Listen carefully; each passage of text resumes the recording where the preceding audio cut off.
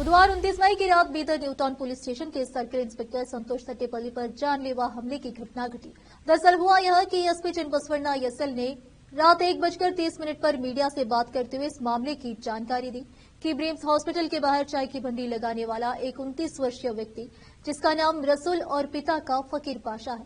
Police की जानकारी के अनुसार वह मुल्तानी कॉलोनी का रहने वाला है। पुलिस ने रात के गश्त के दौरान चाय की भंडी बंद करने के लिए उससे कहा तो यह चाय की भंडी चलाने वाला व्यक्ति पुलिस पर भड़क गया और मारपीट शुरू कर दी और इस आरोपी ने संतोष तट्टेपल्ली पर हथियार से हमला करने की कोशिश, जिसके बाद सीपीआई संतोष तट्टेपल्ली ने जवाबी कार्रवाई में हवाई फायरिंग की। इसके बाद भी रसूल काबू में नहीं आ रहा था।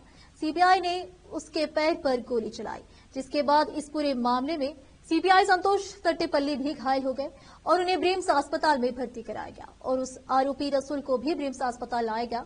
वह नशे की हालत में था और हंगामा कर रहा और किसी भी तरह काबू में नहीं आ रहा था। डॉक्टरों ने आकर संतोष तट्टेपल्ली की हालत देखकर उन्हें कलबुर्गी के अस्पताल ले जाने की सलाह दी, जिसके बाद उन्हें कलबुर्गी ले जाया गया और पुलिस ने यह भी जानकारी दी कि इस रसूल नामी व्यक्ति पर 11 केस है जो न्यू टाउन पुलिस स्टेशन में दर्ज है, जिसमें 307 जैसे गंभीर मामले भी दर्ज है। पुलिस की ओर से उसके खिलाफ केस दर्ज किया गया है। केपी न्यूज के संवाददाता असलम खान की रिपोर्ट।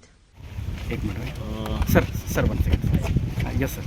ನ್ಯೂ ಟೌನ್ ಬೀದರ್ ಜಿಲ್ಲೆಯ ನ್ಯೂ ಟೌನ್ ಪೊಲೀಸ್ ಠಾಣೆಯ ಇನ್ಸ್ಪೆಕ್ಟರ್ ಆದಂಥ ಸಂತೋಷ್ ತಟ್ಟೆಪಲ್ಲಿ ಅವರಿಗೆ ಏನಂದರೆ ಗಸ್ಟ್ನಲ್ಲಿದ್ದಾಗ ಇಲ್ಲಿ ಬಂದಿರ್ತಾರೆ.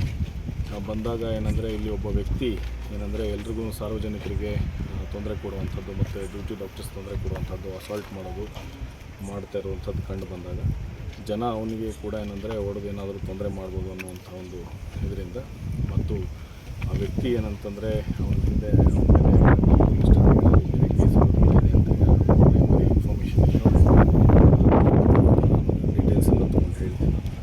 ಸೊ ಅವರು ಏನಂದರೆ ಅವರ ಸಿಬ್ಬಂದಿ ಏನಂದರೆ ಅವ್ರನ್ನ ಹಿಡ್ಕೊಂಡು ಆಮೇಲೆ ಅಲ್ಲಿಂದ ಠಾಣೆಗೆ ಕರ್ಕೊಂಡು ಹೋಗ್ತಾರೆ. ಅವಾಗ ಅವನು ಸೆಲ್ಫ್ ಕೆಲವೊಂದು ಇನ್ಫ್ಲಿಕ್ಟು ಮಾಡ್ಕೊಂಡಿರ್ತಾನೆ. ಅವನ ಹತ್ರ ಒಂದು ವೆಪನ್ ಇರ್ತದೆ, ಅದನ್ನು ಕಸ್ಕೊಂಡು ಠಾಣೆಗೆ ಏನಂದರೆ ಕರ್ಕೊಂಡು ಹೋಗಿ ಆ ಟೈಮಲ್ಲಿ ಏನಂದರೆ ಪ್ರಕರಣ ದಾಖಲಿಸಬೇಕು ಅಂತಂದರೆ ಠಾಣೆನಲ್ಲೂ ಗಲಾಟೆ ಮಾಡ್ತಾನೆ. ತನ್ನನ್ನು ತಾನು ಏನಂದರೆ ಇಂಜರಿ ಮಾಡ್ಕೊಳ್ಳೋಕೆ ಪ್ರಯತ್ನ ಮಾಡ್ತಾನೆ. ಅದಕ್ಕೆ ಅವನ್ನ ಮತ್ತೆ ಏನಂದರೆ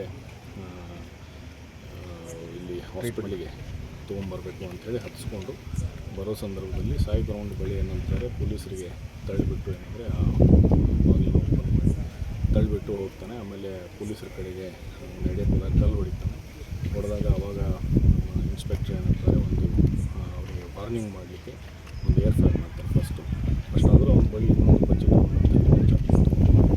ಮೇಲೆ ಹೇಗೆ ಹಲ್ಲೆ ಮಾಡಿದ್ದಾನೆ. ಆಮೇಲೆ ಆ ಸಂದರ್ಭದಲ್ಲಿ ಅವರು ತಮ್ಮ ಅಂದರೆ ಅವನಿಗೆ ಹಲ್ಲೆ ಮಾಡೋ ಉದ್ದೇಶದಿಂದ ಏನಂದರೆ ಅಸಾಲ್ಟ್ ಮಾಡಿದ್ದಾರೆ. ಅವರು ಏನಂತಾರೆ ಅವನಿಗೆ ಕಾಲಿಗೆ ಫೈರ್ ಮಾಡಿದ್ದಾರೆ, ಅವನು ಫರ್ದರ್ ಇದು ಮಾಡಲಿ ಅಂತ. ಆಮೇಲೆ ಅಲ್ಲಿ ತಗೊಂಡು ಹಾಸ್ಪಿಟ್ಲಿಗೆ ಮಾಡಿದ್ದಾರೆ. ಸೊ ಟ್ರೀಟ್ಮೆಂಟ್ ಆಗ್ತದೆ ಮತ್ತು ಇದಕ್ಕೆ ಸಂಬಂಧಪಟ್ಟಂಗೆ ಏನಿದೆ ಪ್ರಕರಣವನ್ನು ದಾಖಲಿಸಿ ಮುಂದಿನ ತನಿಖೆಯನ್ನು ಕೈಗೊಳ್ತೀನಿ. ಒಂದು ಡಾಕ್ಟರ್ಸ್ ಟ್ರೀಟ್ಮೆಂಟ್ ಕೊಡ್ತಾರೆ. ಸ್ವಲ್ಪ ಹೆಡ್ ಇಂಜರಿ ಮತ್ತು ಒಳಪೆಟ್ಟುಗಳಾಗಿದೆ. ಇನ್ನಿಬ್ಬರು ಸಿಬ್ಬಂದಿಗೂ ಸ್ವಲ್ಪ ಪೆಟ್ಟುಗಳಾಗಿದೆ. ಇಲ್ಲ ಏನಂತ ಒಂದು ವಾರ್ನಿಂಗ್ ಫೈರ್ ಮಾಡಿದ, ಒಂದು ಕಾಲಿಗೆ ಫೈರ್ ಮಾಡಿದ್ದಾರೆ. ಒಂದು ವಾರ್ನಿಂಗ್ ಫೈರ್ ಮಾಡಿದ್ದಾರೆ. ಅಷ್ಟಾದರೂ ಕೂಡ ಅವನು ಏನಂತಾರೆ ಅವಾಯ್ಡ್ ಶಬ್ದ ಬೇಕೊಂಡು ಅಸಾಲ್ಟ್ ಕೊಲ್ಲೋ ಉದ್ದೇಶದಿಂದ ಬಂದು ತಪ್ಪಿಸ್ಕೊಂಡಿದ್ದಾನೆ. ಅದು ಕೈ ಬಿದ್ದಿದೆ. ಸೊ ಆ ಥರ ಇದೆ. ಸೊ ಅದು ಏನಂದರೆ ಟ್ರೀಟ್ಮೆಂಟು ಕೊಡ್ತಾ ಇದ್ದಾರೆ. ಸೊ ಆದ್ದರಿಂದ ಇದನ್ನು ನಾವು ಪರಿಶೀಲನೆ ಮಾಡ್ತೀವಿ. ಕೆಲವು ಈಗ ಮಾಹಿತಿ ಇರೋ ಪ್ರಕಾರ ಯಾರು ಏನು ಈ ವ್ಯಕ್ತಿ ಇದ್ದಾರೆ ಅವರಿಗೆ ಏನಂತಾರೆ ಕೆಲವೊಂದು ಮಾರಕ ರೋಗ ಇದೆ ಅನ್ನುವಂಥದ್ದು ಹೇಳ್ತಾರೆ. ಸೊ ಆದ್ದರಿಂದ ಅದು ಅಸಾಲ್ಟ್ ಇವರಿಗೆ ಮಾಡಿರೋದ್ರಿಂದ ಆಫೀಸರ್ಗೂ ಏನಾದರೂ ಅದರಿಂದ ತೊಂದರೆ ಆಗಬಾರ್ದು ಅನ್ನೋ ಉದ್ದೇಶದಿಂದ ಸ್ವಲ್ಪ ಡಾಕ್ಟರ್ಸ್ ಏನಂದರೆ ಹೆಚ್ಚುವರಿ ಚಿಕಿತ್ಸೆ ಕೊಡಬೇಕಾಗ್ಬೋದು ಅಂತ ಹೇಳ್ತಾರೆ. ಸೊ ಡಾಕ್ಟರ್ಸ್ ಏನು ರೆಕಮೆಂಡ್ ಮಾಡ್ತಾರೆ ಆ ಪ್ರಕಾರ ಮುಂದಿನ ಚಿಕಿತ್ಸೆನ ಅವ್ರು ಹೇಗೆ ಹೇಳ್ತಾರೆ ಅದನ್ನು ಕೊಡ್ತೀವಿ.